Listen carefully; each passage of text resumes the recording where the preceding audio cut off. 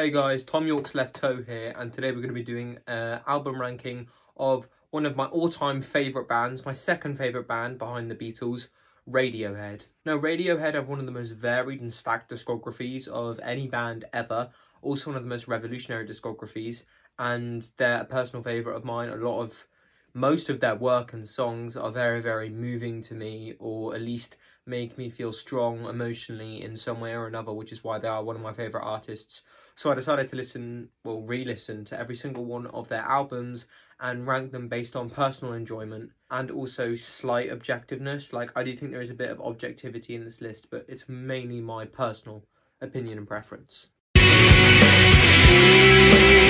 So, at number 9, I know, it's the basic bitch answer to put down here, but it is Pablo Honey. Now, I don't hate this album at all. I think it's a great album. I think, yeah, it kind of did fade out in terms of grunge obscurity, and if it wasn't a Radiohead album, it wouldn't be remembered. But it's by no means a bad album. Songs like You, Creep, Blowout, Prove Yourself, Anyone Can Play Guitar, Stop Whispering, all perfectly fine 90s rock songs, which are quite catchy, actually. Sure, there's some, low points on the track, like just before Blowout in the second half, I Can't Lurgy. They're just kind of forgettable songs, and, there's, Ripcord and Vegetable, which are just boring to listen to. But this album still kind of holds up and is an alright listen. I don't think it's outstanding by any standards, but it's definitely not a bad album. Radiohead have made no bad albums, and this album is no exception. It's just kind of, inferior to their later work. It's like the Taylor Swift first EP, where her later work was far superior to her first album. Like Pablo Honey and the step up as to what the next album would be, The Bends. Like, the step up is unbelievable. It's not a bad album by any means. It's just definitely below all of their other work, but there are some bangers on here. My favourite songs are You, Creep, Blowout, and Anyone Can Play Guitar. I give this album a strong 7 out of 10, a 7.8. At number 8, it's another kind of basic answer to put in the bottom 2, but for me it is The King of Limbs, and it is actually really close between this and number 7, because I feel as though this album is very underrated. Although it's in the bottom end of Radiohead's discography, I love Radiohead way too much to call any of their albums bad. And again, this album is no exception. I think that, yeah, maybe the creative choices on this one, creative differences that they went for after a mind-blowing album like In Rainbows, maybe weren't that particularly amazing or incredible or didn't pay off as well, but I still think that a lot of the songs on here hold up. The second half of the album is absolutely phenomenal. Give Up the Ghost, Separator, Codex, Lotus Flower, they're all phenomenal songs which work really well with syncopation. Obviously there are the album's low points, Morning Mr. Magpie and Feral, kind of bloating out the album. Even though it's an 8 track album, I still think that it was mastered really, really well. There's some absolutely beautiful moments of syncopation and experimentation on here, and has some of Tom's most underrated vocal performances, such as in the song Bloom, the opener to the album. I think that song is phenomenal. It's a perfect song. And some of the production and mastering on this is actually incredible, considering the fact that it was recorded at Drew Barrymore's house. So yeah, I really do enjoy The King of Limbs. It's just their other work is superior to me personally. I mean, I know a lot of people do have a soft spot for this album, but a lot of people hate it and list it as Radiohead's worst, which I personally can't see. I think it's better than Pablo Honey. I think it was more daring, and I think that it's a lot more moving with songs like Give Up the Ghost and Codex. Those piano-based, melancholy, kind of low-tide songs. But yeah, King of Limbs is a amazing album. It just falls below everything else in their catalogue for me. I'm feeling a decent to strong 8 on this album, a 8.6 out of 10. At number 7, I have Hail to the Thief. Now, again, I don't hate this album, even though it's in the bottom end. I like this album quite a lot, It's definitely the most idea-filled Radiohead album, The albums before this, Kid A and OK Computer and even The Bends, feel like they were trying to make a direct statement, a direct artistic statement. But this one is just ideas everywhere. It kind of reminds me of a Muse album in a way. There's just so many political, ongoing, outgoing ideas in this, along with Tom York and the other band members' personal conflicts. I think it has some of the most moving songs and stuff like There. One of their best openers in 2 + 2 = 5. A Wolf at the Door, a very, very moving song. You've got loads on here. You've got a lot of underrated songs. Myxomatosis, which is probably the band's best ever bass line. Yeah, it's incredible. And you got stuff like Sit Down, Stand Up, and The Gloaming, and some very, very just moving personal songs on here. Just the only reason it falls this low, in my opinion, is because it can get a little bit inconsistent. While there are absolutely outstanding, all-time best Radiohead tracks on here, there's also some at the bottom in their catalogue, you know. There's just songs that just don't live up to the expectations that, you know, predecessors built up for them. And, yeah, you can kind of feel that, you know, when you're listening to it, you get an amazing song, and then you get a, it's alright song. But, you know, those amazing moments really make up for this album and, like, completely subvert your expectations. They are genuinely, genuinely incredible. I'm feeling a decent, strong 8 on this album, an 8.8 out of 10. At number 6, I have A Moon-Shaped Pool. Now, I understand a lot of Radiohead fans have a soft spot for this album. It is the band's most recent album. And again, I don't hate it by any means. It just falls below the rest of what's in their catalogue for me at this point. But it's still, in my opinion, a great, moving, and probably their most somber album by far, which is saying a lot looking at Radiohead's discography as a whole. But yeah, obviously you could feel a lot of emotion in the performances in here, especially because Tom York at the time had just been going through a really, really rough breakup with his wife. It has some of the band's most reflective and moving material in True Love Waits, Daydreaming, Desert Island Disc, Dex Dark. You know, there's some absolutely outstanding tracks on here. Some of the most underrated works, such as The Numbers. I absolutely love the chord progression and the build-up of that song, Full Stop, which has arguably the best build-up in any of their songs. You know, there are genuinely beautiful moments on this record. It just has the same issue as Hail to the Thief, where there are a little bit of, you know, inconsistencies, but I still think it's a great album. I just don't think that every single song on the album is at the same level of, like, genuinely blowing your mind. And yeah, that just kind of shows me it's still, it's outstanding. And the way that it subverted my expectations after The King of Limbs, which is still a great album, I just thought, you know, they lowered from In Rainbows, or they're going to lower from King of Limbs, but they didn't at all. They subverted my expectations. And Daydreaming is an amazing Radiohead song for me, one of my all-time favourites, really reflective looking back on their career, whilst Tom York is also pushing forward in this kind of melancholy, contrasting way. The band's opener for this album as well, Burn the Witch, is also like a surprisingly happy song given the tone of the album that has been around since Kid A, but they mastered it perfectly with this song with the electronic kind of influences. They worked really, really well, again in contrast with this album. But yeah, it's an outstanding album. I'm feeling the same rating as Hail to the Thief, an 8.8 out of 10. And number 5, we have Amnesiac. And I personally think Amnesiac is Radiohead's most overlooked and overhated work. I absolutely love Amnesiac. I genuinely, like, I think it's a great album. It's amazing in contrast to Kid A. You know, while Kid A kind of has this spacious environment, Amnesiac feels tight and closed and like it's suffocating you, but in a good way.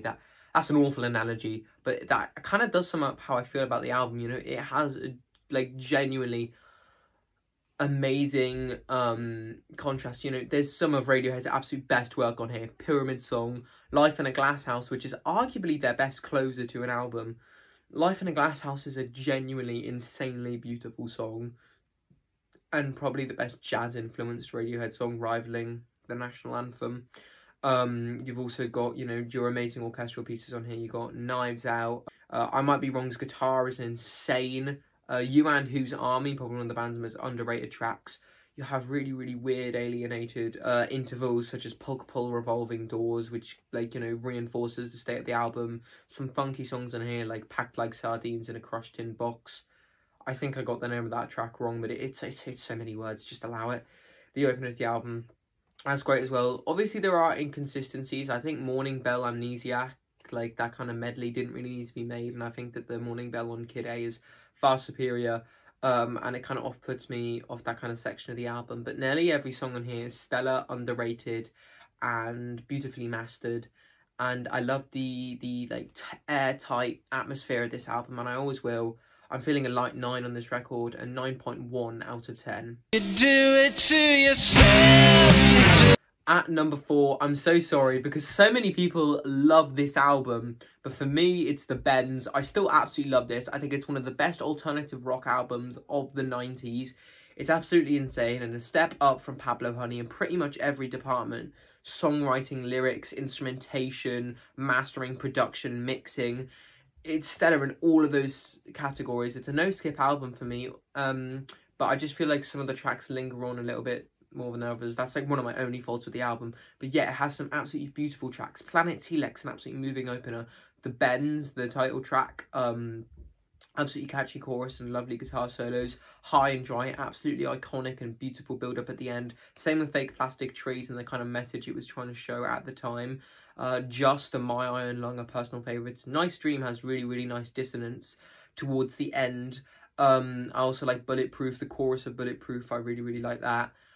Street Spirit Fade Out was one of my all-time favourite Radiohead songs and might be their best closer. It really rivals with Life in a Glass House for me. It's absolutely beautiful as a closer. It has a perfect mix of pop rock, alternative rock and breakdown rock that the 90s encapsulated, and it just fuses all of them together really, really well. Some amazing vocal performances from Tom York, literally incredible bass lines and guitar work, the way that they work together. I can't say too much for the drums on this album, but they do their role, you know. They fill their purpose, and yeah, I absolutely love the Bends. I love listening to it. I'll visit it once a month because I just love listening through the whole thing and having that experience. And this album is honestly what Pablo Honey could have been. It is so incredible and one of the best rock albums of the 90s. I'm feeling a light 9 on this record and 9.3 out of 10. At number 3, we have Kid A. Now, like, a lot of people have this as their favourite, and I can see why. It is probably one of the greatest left turns in music history, and probably one of the greatest stylistic shifts ever in any art form ever. You know, the way that they were able to subvert expectations with this IDM, electro, and also rock influenced album was insane to follow up OK Computer. But, you know, like, I'm going to mention the faults of the album first, the very few faults, because I want to get that out of the way so I can praise this album. But yeah, I feel like some tracks linger on for a little bit long. Like, the title track is great and a great electronic fusion, but it feels like it does linger on a bit too long in some sections. In Limbo as well, lingers on a bit too long. But those are the only 2 songs I can really say that for. Every other song on this album I absolutely loved. Even the intervals, Tree Fingers and Untitled, you know, they soothe really, really nicely. How to Disappear Completely is probably one of the best Radiohead songs, period. It's absolutely beautiful. Some of the best lyric writing and story behind a song, and the instrumental and the bass line and the guitar work and the orchestra just absolutely make this just orgasm of a song. You also have songs like Everything in Its Right Place, which is just absolutely beautiful and soothing to hear and might be in my top 3 Tom York vocal performances. You also have tracks like the National Anthem, which is this jazz breakdown with one of their best bass lines, and you have songs like Morning Bell, which is really lullaby-esque and dissonant at the same time, kind of rivaling songs that they'd made in their previous albums, such as No Surprises. You also have songs like Motion Picture Soundtrack, which is actually written before Creep was even conceived as an idea for a song. But yeah, no, it's still very, very beautiful in the way that it's formulated. I feel like I'm forgetting more songs from this album. Idiotech is one of my favourite Radiohead songs of all time. The IDM influence, Tom York's haunting vocals over that, like, 1973 sample drum beat and, you know, haunting chords. It creates a perfect mix of dissonance, and I love it. I'm feeling a light to decent 9 on this album, a 9.4 out of 10. At number 2, I have OK Computer. Now, I can see people rolling their eyes. Oh, he's got it up this high, you know. Yeah, it's their most popular album. For a fucking reason. This album is insane. It takes you on an absolute journey in terms of art rock, electronic music in general, and it's just probably one of the best soundscape albums ever made, in my opinion. it flows so nicely, and I don't think any of the songs on here aren't perfect. I actually mean that.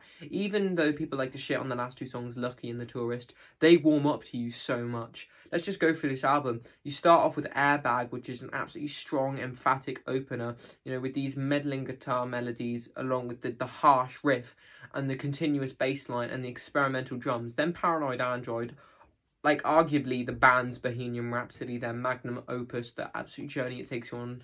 It mellows it out with Subterranean Homesick Alien, and you have Exit Music for a Film, which has one of the greatest outros to any song ever, one of the most beautiful songs ever made, rivals How to Disappear completely for me personally, but yeah, I absolutely love that song. You got Karma Police, which is completely haunting in its like lyrics, melody, and the outro is euphoric to listen to. Fit to Happy of its absolutely haunting warning about the future that hits harder nowadays.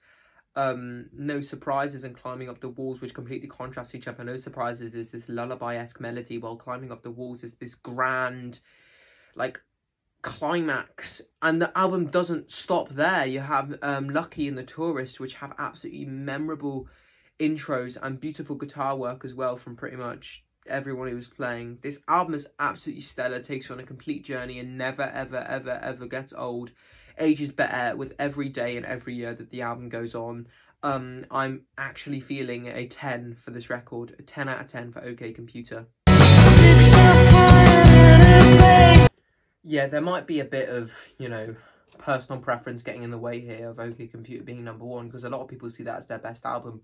But oh my gosh, In Rainbows hits so hard. In Rainbows is an absolutely stellar, incredible album. Like, every single creative decision made on here, the mixing, Tom's vocal performance, Colin's bass performance, Johnny's guitar performance, Ed's synth guitar performance, and Philip's performances on here, all absolutely incredible and make the Mona Lisa of all albums made ever. It is genuinely probably the most beautiful album ever made, because it goes from absolute breakdowns of songs like Jigsaw falling into place to some of the most beautiful and mellow songs you'll ever hear, such as All I Need, Nude, Weird Fishes and Arpeggi, as well as having more mellow moments that kind of even out the album but are still as hauntingly beautiful, such as Forced Up and Reckoner. And Videotape, the album's outro. Everything on this album collides to make this just absolutely beautiful masterpiece. It feels like you're listening to Beethoven's Symphony if it was actually just incredibly better. I think this is the peak of music, this album. It is genuinely incredible. You don't understand how much I love In Rainbows. I could listen to this all day, every day, and I would never, ever, ever, ever get tired. The way the album flows, you know, from 15 Step, this, you know, this funky, groovy, mellow at the same time, but also becomes grand towards the end as all instruments build up. I love the way the instruments build up on this album. On every single song from 15 Step to Videotape, the instruments build and build and build and build and build to make this kind of grand feeling, whilst not letting the original melodies in the songs, you know, get old. Even songs like House of Cards, you know, the more mellow moments on the album, are absolutely perfect to listen to in pretty much every stationary situation where, you know, you just feel sick and stuck in life. And that's probably the worst track on the album, which is genuinely insane considering the fact that I